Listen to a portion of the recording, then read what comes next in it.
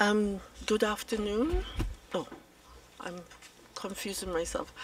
Good afternoon, everyone. I do apologize on behalf of the Commission that we're starting this hearing so late.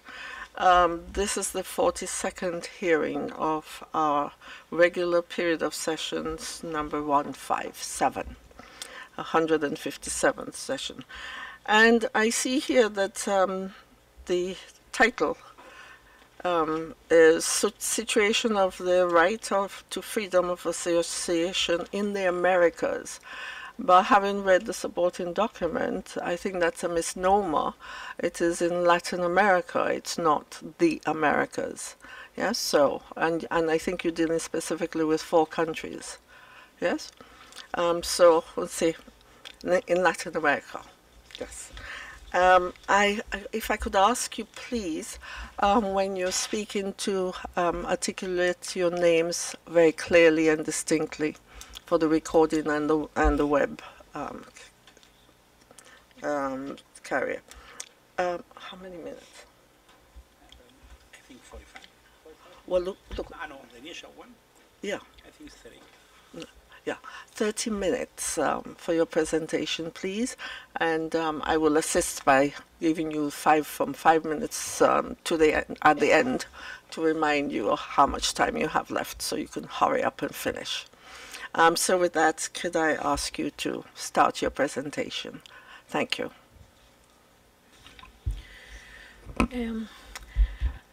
Muy buenas tardes. Señores comisionados, señores todos, mi nombre es Magali Castillo, de la Alianza Ciudadana Pro Justicia de Panamá. El día de hoy acudimos ante ustedes, representantes de diversas organizaciones de la sociedad civil de las Américas, a presentarles un resumido informe sobre las barreras a la libertad de asociación en nuestra región. En marzo de 2012 acudimos a la Comisión Interamericana de Derechos Humanos a una audiencia regional para exponer sobre las restricciones legales y malas prácticas que afectan el derecho de asociación en nuestros países. Luego de 4 años, no se ha dado ninguna mejoría en el caso de Panamá y en otros la situación se ha agravado, como lo son el caso de Bolivia y Ecuador. Es por ello que hemos considerado oportuno acudir nuevamente a la Comisión Interamericana de Derechos Humanos para dar seguimiento a las dificultades que se enfrentan en el ejercicio del derecho a la libertad de asociación y que afecta a los defensores y defensoras de derechos humanos. Me corresponde referirme a las barreras para la obtención del registro de personería jurídica, que se convierte en el primer obstáculo para ejercer ese derecho de asociación, y para ello me referiré al caso de Panamá, cuya realidad puede ser parecida, es parecida a la de otros países de la región. En primer lugar, en Panamá, las organizaciones de sociedad civil funcionan en un entorno legal con definiciones vagas, poco precisas y amplias, que abren el espacio a las interpretaciones, lo que dificulta el proceso de formación de las USC. Y como en la mayoría de los países se rigen por decretos, resoluciones ministeriales y no por leyes aprobadas en los parlamentos. Mientras el estándar internacional recomienda que la otorgación de la personería jurídica tenga efectos declarativos, en Panamá opera un sistema de autorización previa, centralizado, burocrático, lento y que no establece plazos para el trámite de la personería, lo que abre la puerta a la arbitrariedad y a la discriminación. Existe en la legislación panameña una norma que restringe el actuar como asociaciones si no se ha obtenido el reconocimiento formal. Dice el decreto regulatorio, ninguna entidad, abro comillas, ninguna entidad podrá anunciarse y actuar como tal sin haber obtenido el reconocimiento de su personería jurídica por parte del Ministerio de Gobierno y su inscripción en el registro público. Según esto se entiende que la norma limita o prohíbe a una entidad o grupo anunciarse y actuar como tal sin haber obtenido previamente el reconocimiento jurídico. Esto es un claro obstáculo al derecho de asociación y contrario a los estándares internacionales sobre la materia. La Comisión Interamericana de Derechos Humanos, en su segundo informe sobre la situación de las defensoras y defensores de derechos humanos en las Américas, dijo claramente que el efecto del registro de una asociación destinada a la defensa y promoción de los derechos humanos debe traducirse en un efecto declarativo y no constitutivo, y eso no se cumple. En Panamá la legislación no establece límite de tiempo en que el Estado debe emitir un pronunciamiento respecto a la aceptación o no de la solicitud de personería jurídica. Esto permite que el proceso de aprobación se extienda por un periodo de tiempo ilimitado y que es discrecional y por ello en ocasiones excesivo. Tenemos los casos de una organización LGTB que debió esperar 9 años para obtener su personería jurídica y una organización vinculada al gobierno en el año 2013 que le tomó un mes para obtenerla. El trámite de registro es redundante, es excesivamente burocrático. Por ejemplo, si una organización pretende dedicarse a los temas de niñez, el Ministerio de Gobierno debe consultarle a la Secretaría de Niñez y Adolescencia.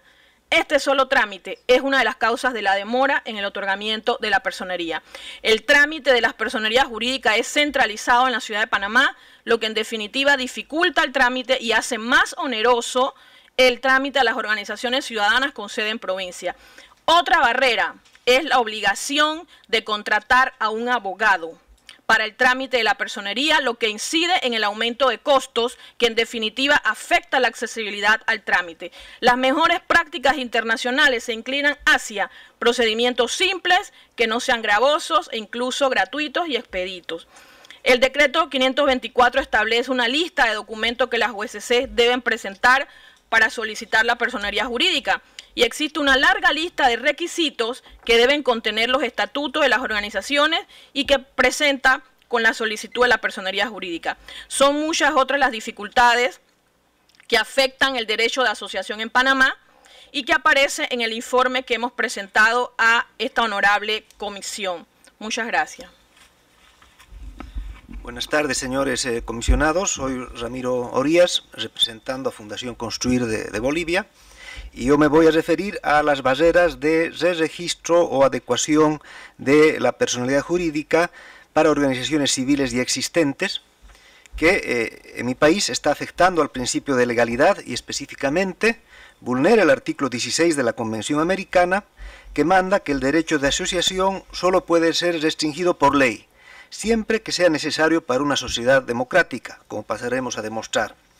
Resulta que la nueva Constitución Política del Estado determina que es competencia exclusiva del nivel central del Estado el otorgamiento y registro de personalidad jurídica para organizaciones de la sociedad civil que desarrollan actividades en más de un departamento del país.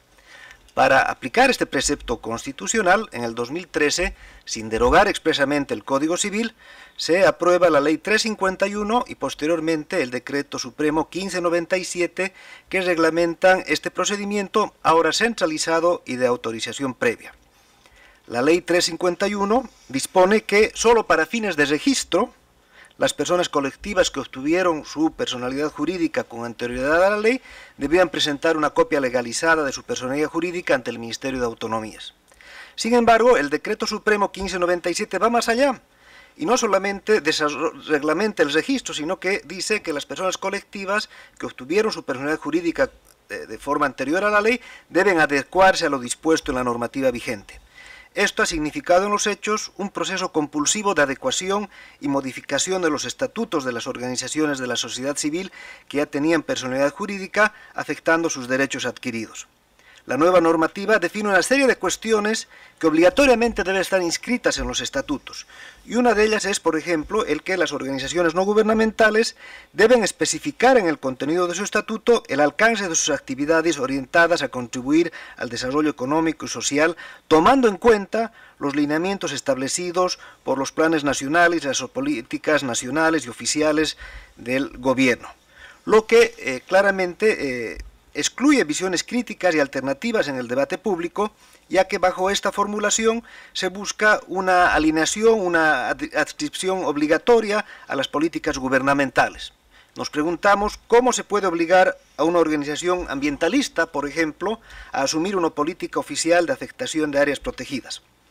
Esto ha sido materia de una acción abstracta de inconstitucionalidad presentada por el Defensor del Pueblo, que desde noviembre del 2014 se encuentra pendiente de resolución por parte del Tribunal Constitucional Plurinacional de Bolivia.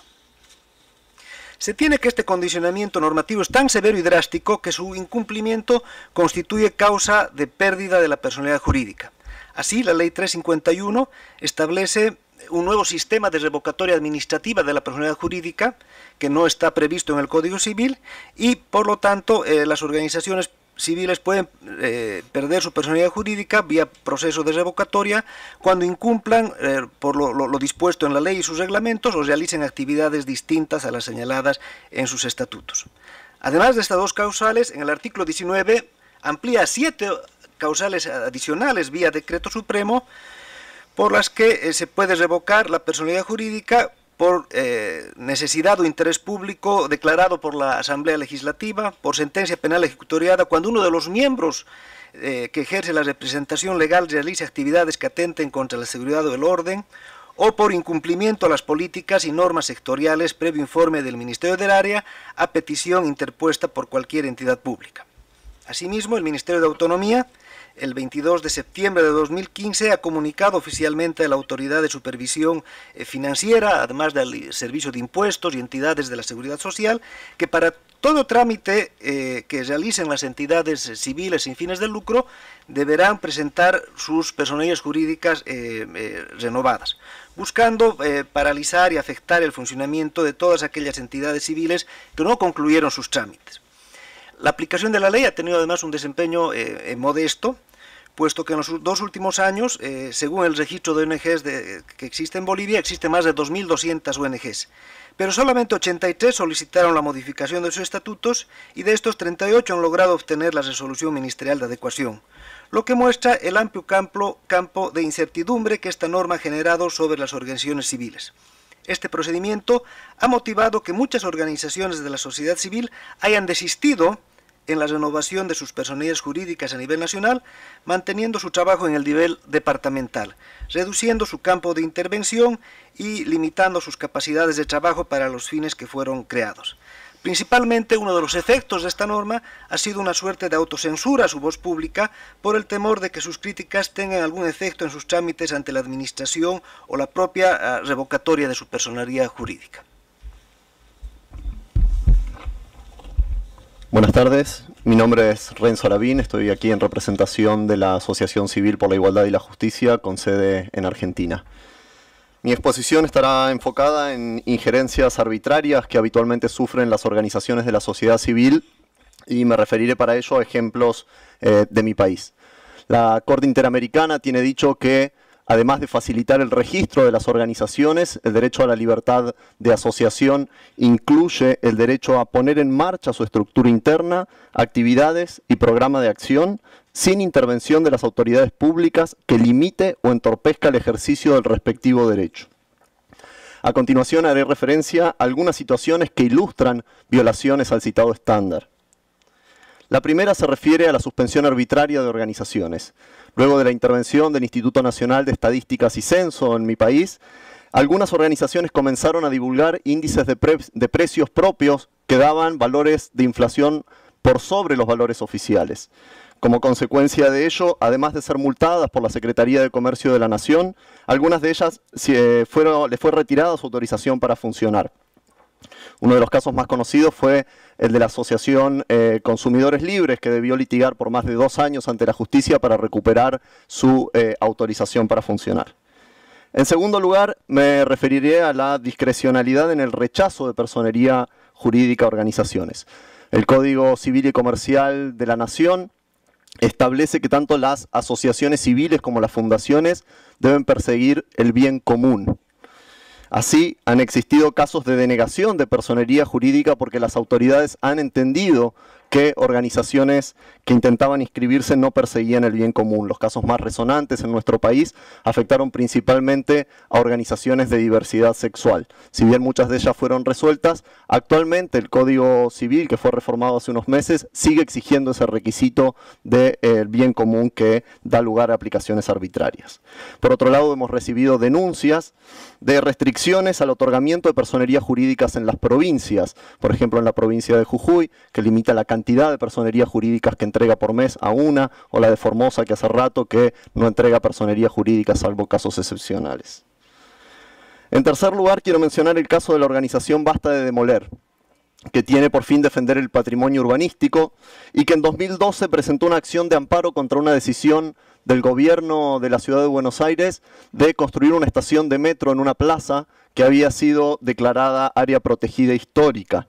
El reclamo fue atendido, el reclamo de esta organización, por la justicia, la obra fue detenida y luego de eso el gobierno de la ciudad decidió relocalizar la obra. Sin embargo, 2 años más tarde, el gobierno de la ciudad de Buenos Aires decidió demandar por daños y perjuicios por un monto total de $3 millones a la organización y a 2 de sus miembros por los costos que había significado la relocalización de la estación de metro. Esta acción tiene un efecto amedrentador y disuasivo, no solo para la organización, sino para otras organizaciones, debilitando fuertemente la dimensión participativa de nuestra democracia. En cuarto lugar, ha habido pronunciamientos oficiales contra organizaciones como consecuencia de su participación en el debate público. Tras la campaña 12 diputados, impulsada por ASIG y otras organizaciones en el marco de una reforma judicial que impulsaba el Poder Ejecutivo en ese momento, el Senado de la Nación adoptó una declaración de repudio contra las organizaciones. Allí consideraron antidemocrática la campaña, que tenía por fin canalizar el derecho de petición ante las autoridades y aumentar los niveles de rendición de cuentas de los representantes ante la Cámara de Diputados. Sumado a eso, el canal de televisión estatal emitió un spot televisivo desprestigiando las organizaciones impulsoras de la campaña. Consideramos que declaraciones de este tipo por parte de las más altas autoridades pueden tener un fuerte efecto inhibidor de la crítica democrática y de la participación ciudadana. En quinto y último lugar, como tienen dicho los órganos del sistema interamericano, el derecho a la libre asociación incluye el derecho a desarrollar actividades lícitas y a ejercer derechos como la libertad de expresión y reunión. El recientemente adoptado protocolo de actuación de las fuerzas de seguridad ante manifestaciones públicas instruye a las fuerzas de seguridad a desalojar aquellas manifestaciones que involucren corte de vías de circulación, lo cual es considerado un delito penal en nuestro país, restringiendo indebidamente el derecho de las organizaciones a llevar adelante manifestaciones pacíficas. La situación es particularmente preocupante si tenemos en cuenta que en 2011 en Argentina se sancionó la llamada ley antiterrorista, cuyos términos excesivamente vagos habilitan su utilización con fines de criminalización de la protesta social. Además de eso, las organizaciones podrían ser consideradas como autoras del delito de financiamiento al terrorismo en caso de que reciban, recolecten o entreguen dinero para solventar actividades de organizaciones cuyas actividades o protestas sean consideradas acciones terroristas bajo la definición vaga de la ley. Por todo lo expuesto, es necesario prestar atención a regulaciones legales que habilitan prácticas de este tipo, que implican restricciones ilegítimas al derecho de las organizaciones a desarrollar sus actividades regularmente. Muchas gracias. Señores comisionados, señor secretario ejecutivo, señor relator especial para la libertad de expresión, buenas tardes. Soy Mauricio Alarcón Salvador, director de proyectos de Fundamedios, organización ecuatoriana que trabaja en la promoción y defensa de las libertades de expresión, prensa y asociación. En Ecuador, la libertad de asociación continúa siendo regulada por un decreto presidencial que, en lugar de garantizar y fortalecer la asociatividad, establece barreras y restricciones al trabajo de las organizaciones. Por ejemplo, las organizaciones están obligadas a permitir la membresía a cualquier persona que afirme tener un interés legítimo de participar en sus actividades, vulnerando así la esencia del derecho fundamental, que es la capacidad de asociarse libremente entre personas. En cuanto al trámite de adopción de personalidad jurídica, se otorga amplias atribuciones al Estado para obstaculizarlo, Una vez que se ingresa una solicitud y la documentación de respaldo, le corresponde a un funcionario revisar principalmente que el estatuto propuesto no se contraponga al orden público.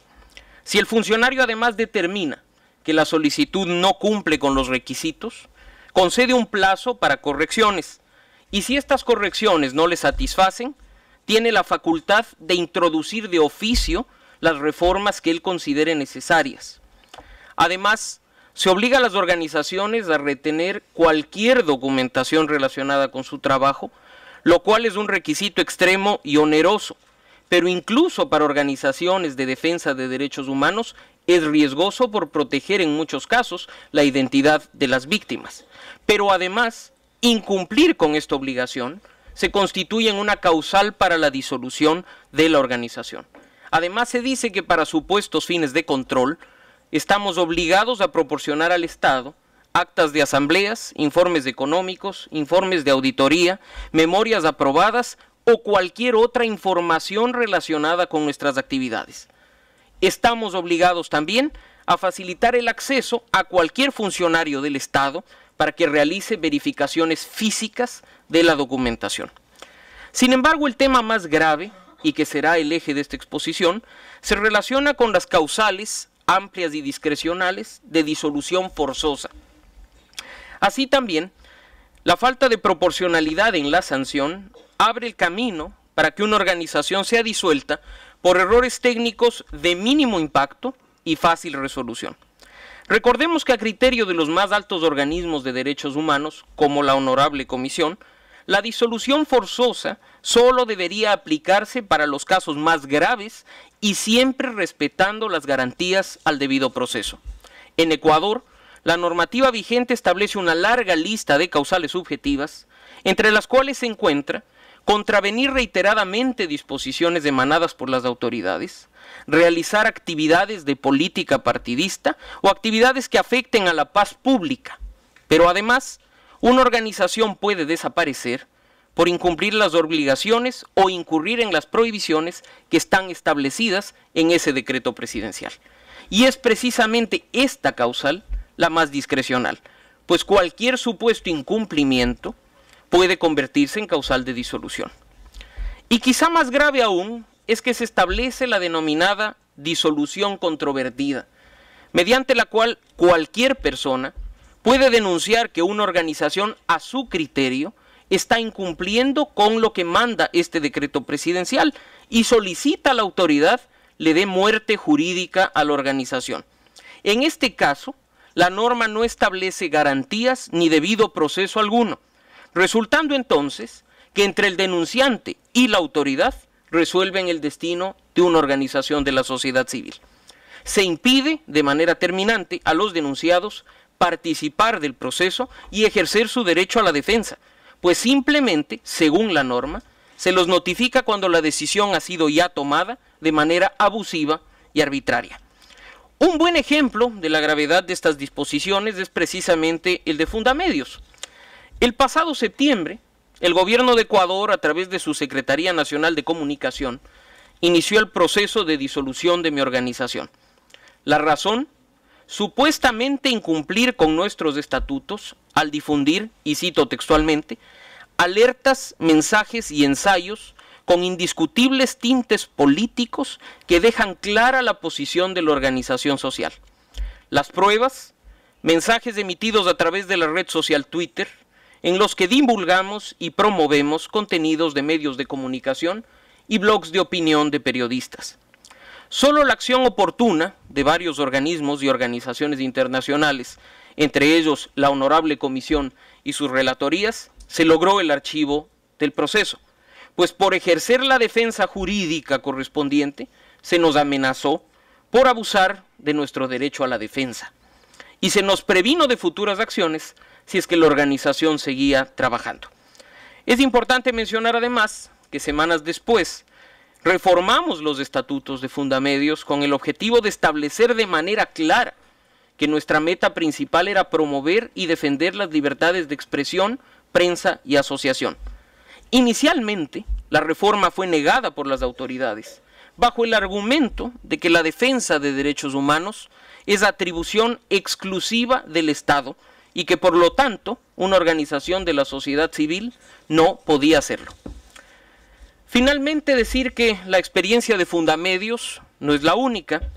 Se suma la disolución de Fundación Pachamama por orden directa del presidente de la República en el año 2013, a la reciente intervención e imposición de una directiva en la Federación Nacional de Periodistas, a la campaña de descrédito y persecución a una comisión ciudadana de lucha contra la corrupción por no tener personería jurídica, y a varios casos de organizaciones cuyos derechos se ven gravemente afectados con la aplicación de esta normativa vigente, que de manera clara contraría los derechos establecidos en nuestra Constitución, pero sobre todo en los instrumentos internacionales de derechos humanos. Gracias.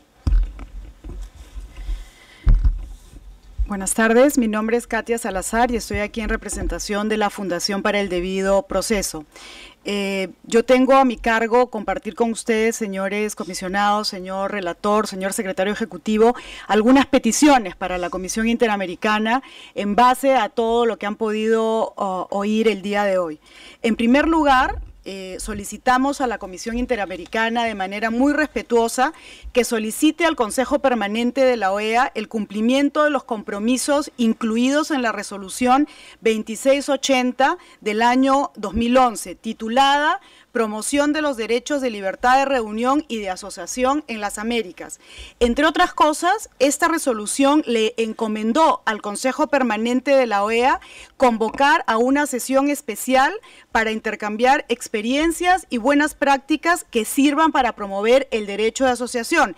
Esta actividad aún está pendiente.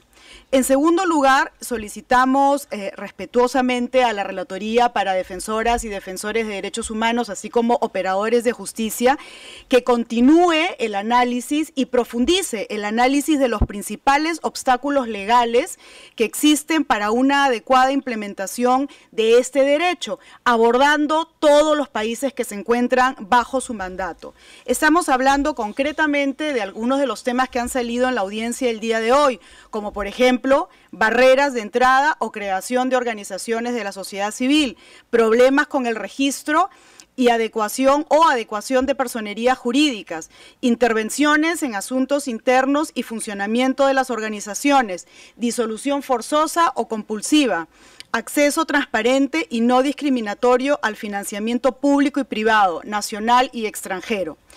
Asimismo, y sobre la base de esta información recabada, solicitamos a la Comisión Interamericana que en algún momento, sabemos que tiene un montón de pedidos al respecto, pero apreciaríamos mucho que en algún momento se realice un informe especial sobre las barreras legales a la libertad de asociación en la región, identificando buenas prácticas. En tercer lugar, solicitamos respetuosamente a la Comisión que en los informes sobre la situación de derechos humanos de los países incluya una cápite especial sobre el estado de la libertad de asociación, que refleje los avances y retrocesos en la materia. En cuarto lugar, y con el fin de orientar el desarrollo legislativo a nivel nacional, le solicitamos a la Comisión considere elaborar una declaración de principios sobre libertad de asociación, tomando en consideración e inspirándose en el importante avance que significó para la región la adopción de la Declaración de Principios sobre Libertad de Expresión aprobada por la Comisión en el año 2000. Y finalmente, le solicitamos, a través de su Relatoría Especial para Defensores y Defensoras y Operadores de Justicia, que colabore y promueva procesos de diálogo entre la sociedad civil y los estados, en aquellos países en los que se están dando procesos de reforma legislativa, asesorando y orientando la aplicación de estándares internacionales en esta materia. Y en aquellos casos en que corresponda, solicite opinión consultiva o una opinión consultiva a la Corte Interamericana a fin de dilucidar la convencionalidad de reformas legales que menoscaben el derecho de libre asociación amparado por la Convención Americana. Gracias.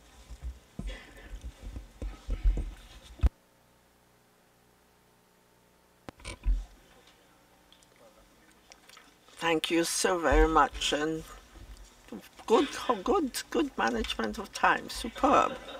Right. I will call first upon the rapporteur for my mind has gone blank. Yes. The protection of human rights defenders. Thank you. My mind just went blank. I need some wine, clearly.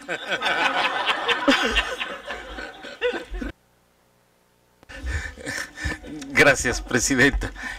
Sí, expresar mi agradecimiento a las y los representantes de las organizaciones peticionarias por su presentación de gran calidad, no solo ajustada al tiempo, sino también de una gran calidad, y que pues también nos aporta información muy preocupante sobre pues las graves restricciones o injerencias que en diversos países de la región se están presentando al ejercicio del derecho de asociación, aspectos que incluso podríamos considerar ya superados, en el sentido de que hay una doctrina científica, pero también principios bien establecidos en cuanto a los elementos que caracterizan a este derecho, y sin embargo se aprecian, por lo que se ha expuesto en la región,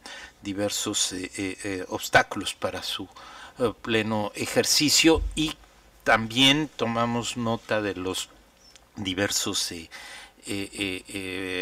planteamientos y solicitudes que formulan.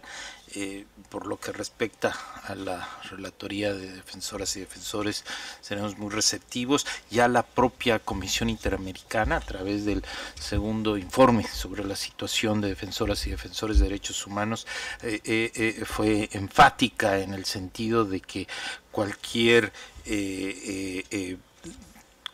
consecuencia jurídica en cuanto a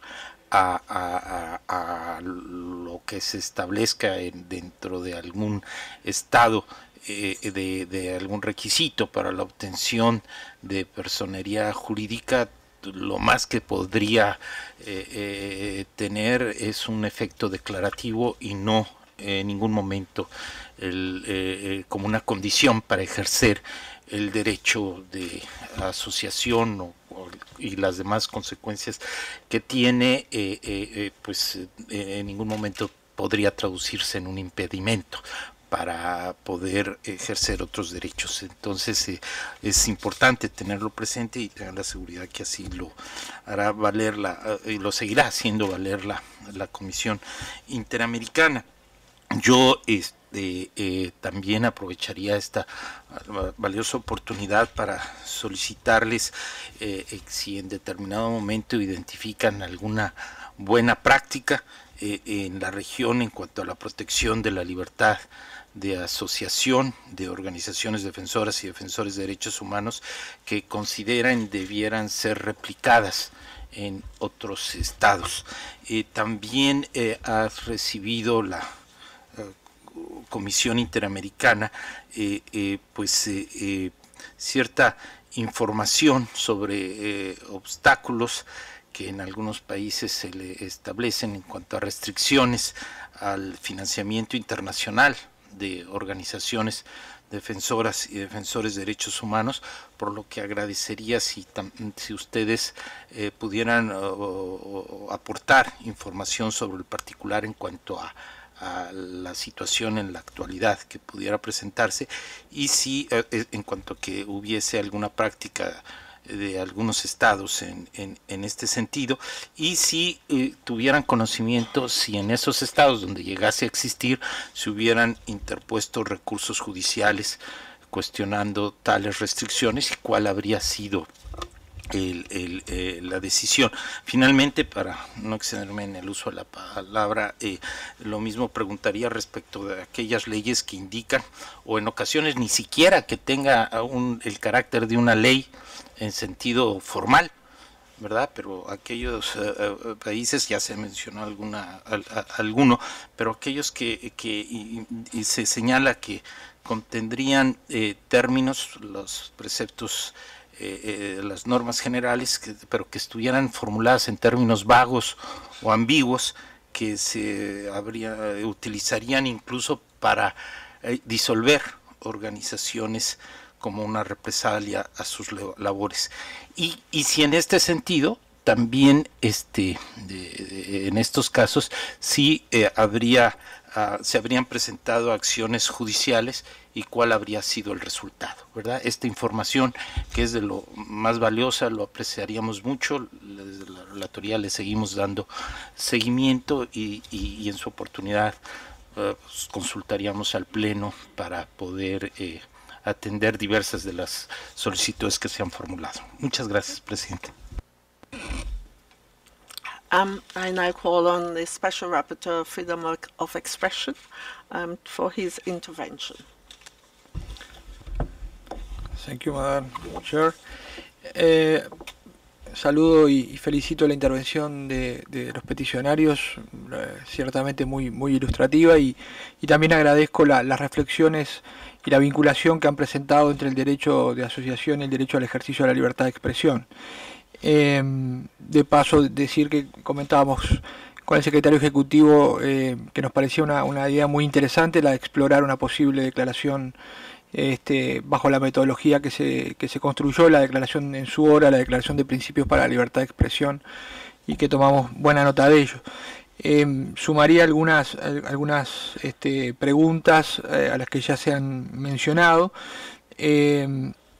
algunas relativas a digamos, si pudieran ampliar los obstáculos que entienden se presentan en la región respecto al derecho, al ejercicio del derecho a la libertad de expresión en forma de asociadas, en forma digamos, cuando las personas buscan asociaciones, no solo a través de los medios de comunicación, sino a través de organizaciones de la sociedad civil. En especial, hoy el espacio online se ha vuelto Internet, un espacio importante para el ejercicio del derecho de asociación y obviamente el derecho a la libertad de expresión, y si han detectado allí también obstáculos al respecto. También agradeceríamos, digamos, si tienen información respecto a protección judicial del derecho de asociación, sentencias que puedan ser de algún modo ilustrativas para la comisión. Y un tema que no abordaron, pero hay expertos en este tema en la mesa, y quisiera también, no en este momento, pero sí información que podamos recibir sobre el ejercicio del derecho de acceso a la información pública por parte de organizaciones. Hemos tenido información sobre la falta de promoción del ejercicio de este derecho, no digo por parte de las organizaciones expertas, que sé que lo hacen, sino por la generalidad de las organizaciones, y muchas veces vinculado al efecto, al chilling effect que tiene el hecho de recibir fondos del Estado, y que esto a veces le impide ejercer toda esta constelación de derechos vinculado al artículo 13 de la Convención. Gracias. I now ask the Executive Secretary for his intervention. Thank you. Gracias, Presidenta. Agradecer mucho a las organizaciones de la sociedad civil por la solicitud, por su trabajo, por su presencia. La libertad de expresión, la libertad de asociación y su ejercicio son como una especie de oxígeno a la democracia. Cuando esta falta, o se debilita o se muere. Es así. Y cuando se intenta restringir esas libertades, es un mal signo de la solidez y madurez democrática de un gobierno. Y preocupa que en la región estemos teniendo estos rebotes que tienen un sabor autoritario, ¿no? de que se quiera restringir la fuerza, la presencia, la participación y la organización de la ciudadanía. Por supuesto puede haber condiciones de regulación, eso no está en discusión, pero bajo las reglas de una normalidad democrática, de debido proceso, de instancias de apelación, de revisión. Pareciera no ser el caso de algunos de los ejemplos que escuchamos, y eso preocupa mucho. Tampoco es una buena noticia que después de haber tenido la audiencia hace algunos años, vengan acá a ponernos a la mesa que hay elementos que lamentablemente muestran indicadores donde la cosa está empeorando, no está mejorando. Eso me parece que es un foco de alerta y vale mucho la pena. Entonces, ese es el sentido de estas audiencias, un sentido de continuidad de procesos que le sirve a la Comisión como insumo de reflexión. Y la importancia de este tipo de estudios, ¿no? de poner en la mesa valor agregado en términos de lo que sucede en el ejercicio de derechos.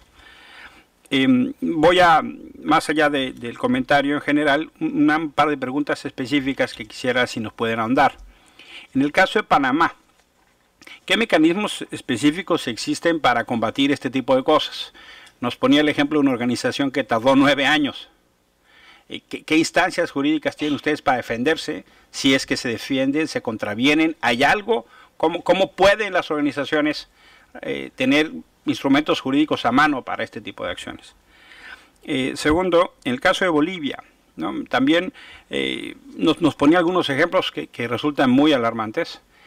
¿Qué pasa en mecanismos judiciales de defensa a quien está en esta condición de lo que puede ser una intervención arbitraria en términos de ejercicio de autoridad? En el caso de Argentina, hay los dos niveles. Me pareció muy interesante cómo reportaba el término de discusión federal y los casos provinciales, por ser un país federal. ¿Nos podría dar más detalles sobre esto de la demanda de la reubicación del metro? Eso creo que sería un ejercicio muy interesante. Y también, ¿en qué terminó este ejercicio cuando se intentó disolver la asociación que medía los índices de precios? Porque eso también es parte del debate de la realidad. O sea, si la realidad solo se quiere interpretar por cifras oficiales, pues entonces puede tener una dificultad sustantiva. En el caso de Ecuador, si nos pudiera dar un poco más de detalle, eso de disolución forzada y por cualquier persona, eso suena absolutamente staliniano, ¿no? O sea, un sistema de denuncia sin derecho a defensa, así dicho, así suena. Quisiera, si hubiera un caso, porque es gravísimo, ¿no? Y sin segunda instancia, en fin. ¿Qué es eso de abusar del derecho de defensa? No, sí, o sea, ¿qué les dijeron? Pues me interesaría un poco conocer. Y nos empezó usted a platicar sobre una primera reacción a la reforma de los estatutos. ¿Qué pasó finalmente? ¿Se reformaron o no se reformaron? El relator, otros relatores, el relator de defensores, otros de Naciones Unidas, manifestaron con mucha preocupación lo que pasó por Fundamedios. Afortunadamente hubo una señal de sensatez y se subraya qué bueno que sigan operando. Entendemos, y mire, la libertad de expresión, la libertad de acción es como el derecho al voto. Uno no pregunta por quién se vota, pero garantiza el ejercicio. Así tiene que entenderse. No es para qué ni por qué. La obligación del Estado es garantizar el ejercicio. El Estado tiene que poner urnas, papeletas, instrumentos, padrones, pero no le pregunta al ciudadano usted por quién va a votar.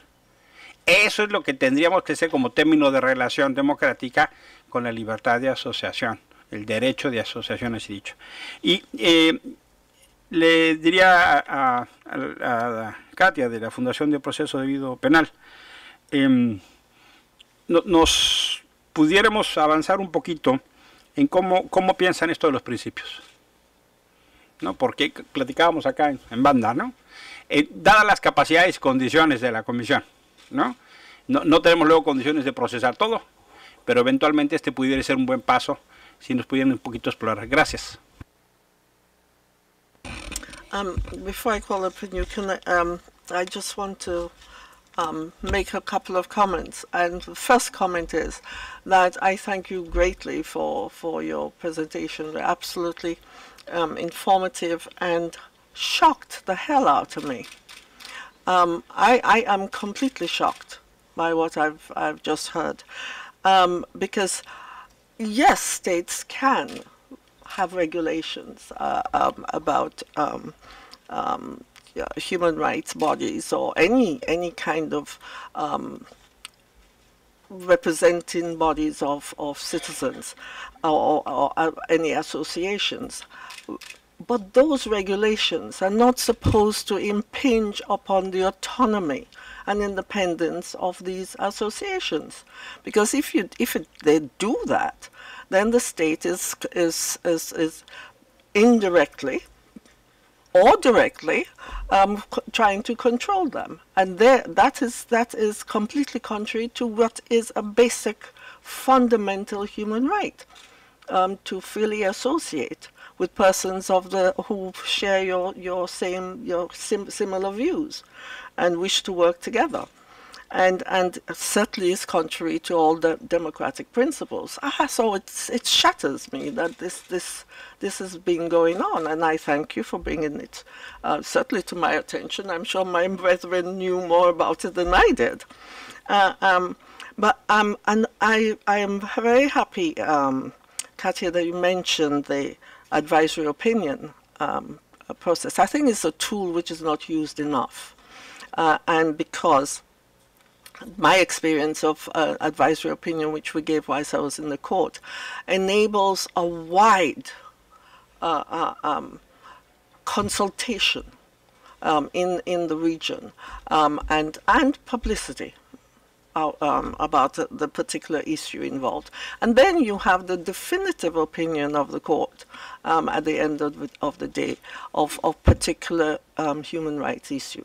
I think it's a very good of you to have thought about it, and we ought to consider it very seriously to use it in that regard. I think my brethren have covered so much, and we want you to respond to this before we break up. We have sort of like 11 minutes if we forgo our break, and I, for one, I'm prepared to forgo the break because this is very, very important. So if you could utilize the 11 minutes to reply to what has happened. Thank you. Sí, muchas gracias. En el caso de Panamá, diríamos que el Estado no solo no promueve la asociatividad, sino que la obstaculiza. Y la obstaculiza desde el momento de su creación, como lo hemos dicho. No existen, en el caso de Panamá, ningún mecanismo especial de protección al derecho a la libertad de asociación. ¿Qué recursos tienen los ciudadanos frente a una negatividad de parte del Ministerio de Gobierno de otorgar la personería jurídica? No tienen realmente en la ley ningún recurso. En el caso de que lo nieguen, pudiese tener el recurso de reconsideración y apelación, pero eso tomará, si la personería toma tanto tiempo adquirirla, imagínense lo que tomará un recurso de apelación. Entonces, no conozco de ningún caso en Panamá de que alguna organización haya apelado a una decisión de no otorgar una personería. Entonces, en el caso de la población LGTB, la organización esta que tomó tanto tiempo para que se le otorgara, en el caso de ellos se otorgó finalmente por una diligencia hecha de la Comisión Interamericana de Derechos Humanos, una visita in loco al país, y en el marco de esa visita se otorgó la personería a esa asociación. Y es que la ley panameña dice no se otorgará personería por razones de moralidad y de buenas costumbres. O sea, ¿qué es buenas costumbres y moralidad? Entonces, claro, todas las organizaciones dedicadas a los temas de población LGTB, por supuesto que van a tener dificultades al momento de obtenerla, y eso ha pasado en los últimos años en nuestro país. Y por último, el tema de que en el caso de Panamá es más fácil lograr una sociedad anónima que toma 3 a 5 días en Panamá, confirmado. 3 a 5 días es el tiempo que toma crear una sociedad anónima en Panamá.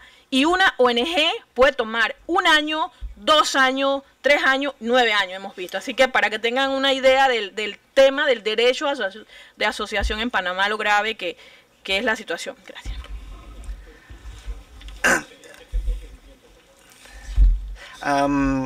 Yo quisiera empezar con las reflexiones del señor relator de libertad de expresión y decir que libertad de expresión, acceso a la información y derecho a asociación es como una triada que le da sustento a los derechos de participación ciudadana en los asuntos públicos, ¿no? Están íntimamente interconectados y, de hecho, en los casos que hemos visto en la región, muchas veces a través de barreras legales se busca afectar el derecho de asociación para, en realidad, atacar a la libertad de expresión, ¿no? Entonces hay una conexión directa.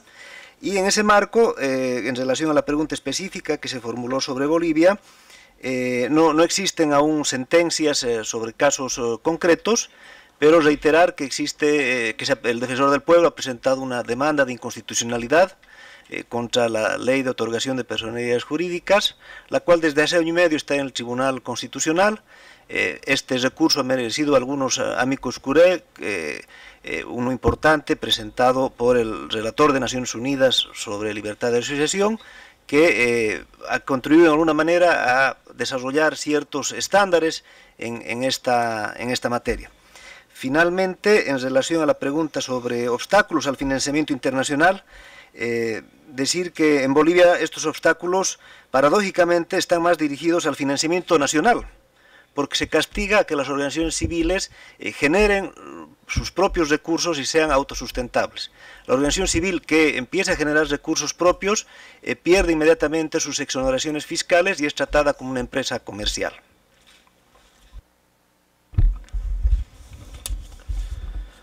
En primer lugar, en relación a la pregunta del señor relator, en relación a ejemplos donde la libertad de expresión esté vinculada a las restricciones a la libertad de asociación, uno muy rápido que tiene que ver con el reciente protocolo de actuación ante manifestaciones, llamado protocolo antipiquetes en Argentina, tiene una cláusula específica que determina dónde deben ubicarse los periodistas, por ejemplo, ante situaciones de desalojo de manifestaciones. Ha sido muy criticado por las organizaciones de periodistas en nuestro país. En relación a las preguntas del señor secretario ejecutivo, en primer lugar agradecerle la disposición a considerar la idea de emitir en algún momento alguna declaración de principios, creo que ayudaría mucho. Respecto a los dos casos que me consulta, el caso del metro, justamente hoy salió una nota en el diario La Nación de Argentina por una decisión judicial de la Cámara de Apelaciones de ayer en contra de la organización, a favor del gobierno, con lo cual el tema sigue estando litigándose y es una demanda por daños, no solo contra la organización, sino contra miembros y una paisajista muy conocida de nuestro país. Y en relación a las sanciones de organizaciones de consumidores, están basadas en la Ley de Defensa del Consumidor, una interpretación errada respecto a que han difundido información considerada falsa por parte del gobierno. Muchas gracias. Aprovecho nuevamente para agradecer la oportuna acción de la Comisión y de las relatorías, que definitivamente tuvo mucho que ver en frenar la arbitrariedad del Estado de Ecuador al momento de intentar la disolución de Fundamedios. Creo que fue histórico que 5 relatores, tanto de Naciones Unidas como de la Honorable Comisión, pongan en claro que los derechos fundamentales tienen que respetarse.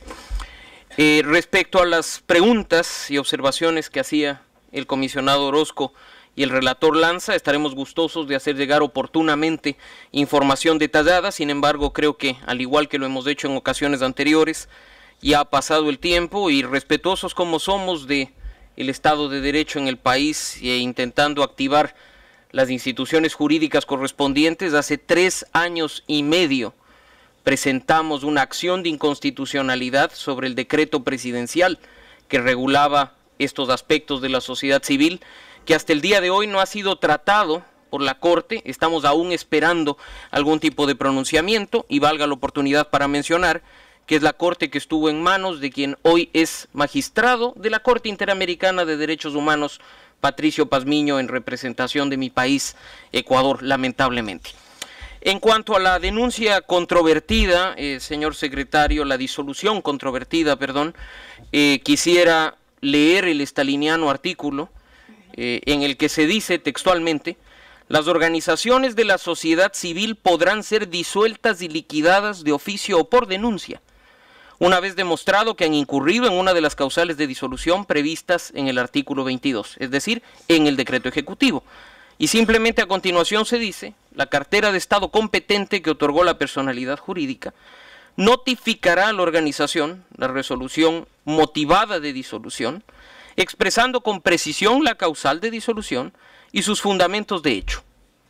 Aquí no hay debido proceso, aquí hay la denuncia o la actuación de oficio de una autoridad. Como he dicho, es simplemente una persona y una autoridad decidiendo el futuro de una organización. Sí, 30 segundos. transmitirles que estamos muy complacidos de haber logrado captar su interés para esta idea de los principios en derecho de asociación y plantearles que un primer abordaje del tema y de cómo podría ser abordado puede ser discutido esta tarde-noche en que tendremos esta reunión justamente sobre el tema. Y en segundo lugar, también plantear que nosotros como organizaciones que trabajamos este tema podemos ofrecernos como, digamos, un catalizador de información, de consultas, para poder presentarle a la Comisión algunas propuestas de borrador inicial que puedan dialogarse para poder avanzar de manera más rápida hacia este objetivo. Can I just say this to close? If organizations like yours are having these kinds of problems, what about organizations for indigenous persons' rights, Afro-descendants, migrants? I dare not even think how they are suffering from the laws that you've referred to and the regulations. We thank you very, very much for bringing this to our attention. It is vitally important, and we will work on them and look to you for the information we need. Thank you very much. This hearing is at an end.